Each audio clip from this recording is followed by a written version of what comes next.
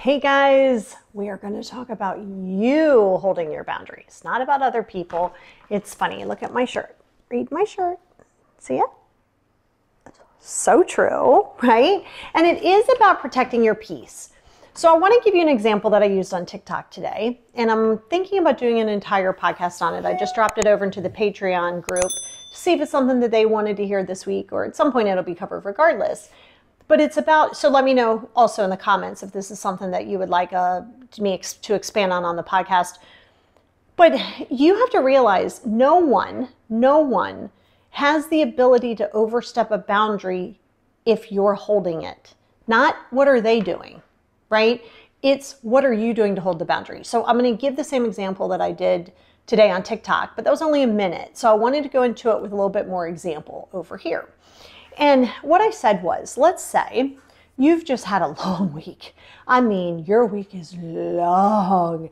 And the whole time you saw on Wednesday, or say Tuesday, Monday, that this new show series is coming on Netflix. And you have it has just been a long week. And all you can think of is 3 bottles of wine, 2 pizzas, pajamas, and sitting in bed with your kitty cats or doggies all weekend. Doesn't that sound fabulous? And literally, that's what's getting you through. You're like, I'm staying present. I'm just really looking forward to it. So Friday afternoon, your friend, your boyfriend, your husband, or your boyfriend, not your boyfriend, your dad, your whomever, your mom, sister, whatever, says to you that they're having a relationship problem. Like they are really stressing and struggling, and they're like, I need you to come over like right now. Like later on tonight, I need you to come over. Matter of fact, I want you to like stay the weekend with me because I'm super sad. Okay, but remember, you don't have the mental capacity to even go to pee sometimes this week because all you're thinking of is like, oh my God, I just want to get to the end of the week so I can get on Netflix. Okay? This does not mean that you have to sacrifice your Netflix watching because you feel like that's not important to you because this friend is having a relationship issue that you, in your mind, tell yourself you must drop everything and run to them right now. Hard pass. That's not holding your boundaries, right? It's not a boundary that you said to anybody. It's you protecting your peace and holding that boundary that you set with yourself of like, this is what I'm looking forward to. Again, it's not a life or death thing. It may be in their mind, but it isn't in yours. And let's say you have said, okay, fine. Oh my God, I can barely function, but that's fine. I'll be over there. Now this becomes a transactional relationship. Because now in your mind, going forward, months later, you have an issue, whatever your issue is. You call that same friend, but that same friend is going to hold their space. They're like, I can't, I'm just not feeling up to it or whatever. They're just not coming. Well, now your feelings are going to be hurt. Now you're like, well, I can't believe that. Like I did it for them. Like I couldn't even go to pee barely. And all I wanted to do was Netflix, but I stopped that so I could go be with them. And now it becomes a transactional. And let's go back to that. And let's say that now you've gone, you don't have the capacity to even be there to hear them. You're so tired. You're just there in body. You're not really there. You're not there to give 100%. You're not. So what you've allowed yourself to do, right? And you don't have to tell them, you don't go into the whole, I'm watching Netflix. No. That's oversharing. We are not doing that. That's overstepping your own boundary. See, that's the thing. You get so worried about everybody else overstepping a boundary, but you're never even holding your own peace, right?